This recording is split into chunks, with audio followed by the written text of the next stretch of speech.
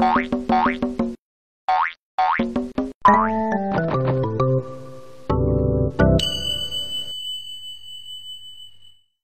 guys, what is up and welcome to a new League of Myths episode. And also to make sure to submit any cool myths you have down below in the comments section and you might see your name featured in the next episode. But let's get on with the video and go into the first myth. If you died to the jungle monsters but Kalista had W vision of you, does she get the kill credit? And this one is submitted by Arcadian, who also has a great YouTube channel that I'll link down below that I recommend checking out.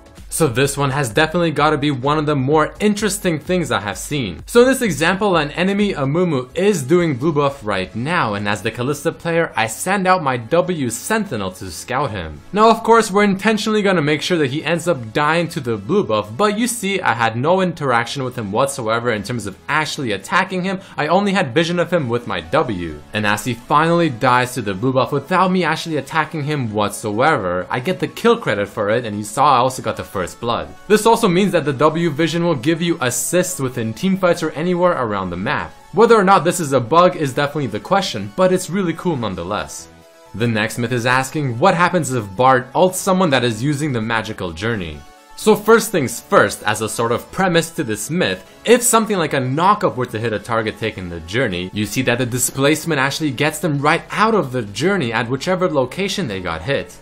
However, when testing this with something like a Morgana snare, which isn't necessarily a hard CC, the ability is still able to hit the target. However, it does not remove them from the journey, but they are still snared throughout the journey and when they leave the journey, assuming the duration of the snare has not ended.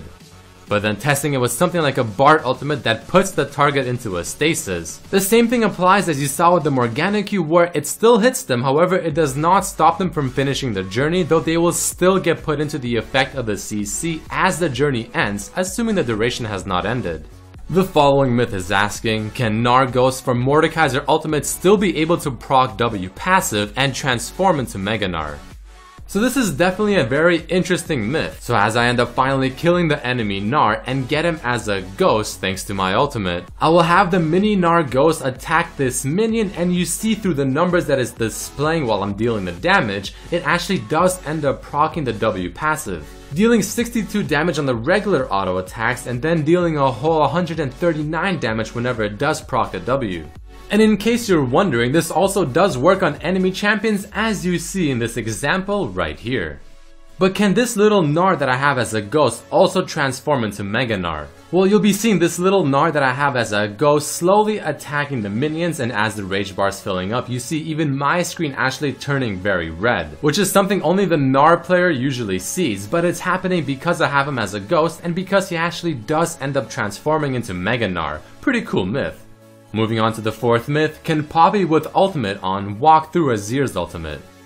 Definitely one of the more simple myths to test. In this example, I'll be using Poppy ultimate onto the Taric, and then as I do that, Azir uses his ultimate on me, which does not push me back because I'm immune to his CC, but I cannot actually walk through the Azir soldiers, since they act as a wall whenever they're stationary. And the final myth of this episode, will Braum's passive work if he is a ghost for the enemy Mordekaiser? So once again, as I use Mordekaiser to kill the enemy Braum to get his ghost thanks to my ultimate, I'll have the ghost attack this minion, and you see that it actually does proc the passive and even stuns the target, and even shows me the cooldown as to when I can stun that same target once again, as you see on the big minion right there.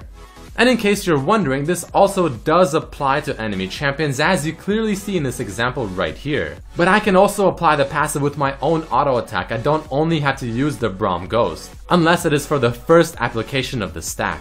So that unfortunately is it for this episode of the League of Myths series. If you did enjoy this one, please definitely hit the like button and share with your friends because it helps me quite a lot. And also make sure to write down any cool myths you want me to test down below in the comments section, and maybe you'll see your name in the next episode. But thank you so much for watching, definitely check out my other videos as well, and I hope to see you for the next one. Peace!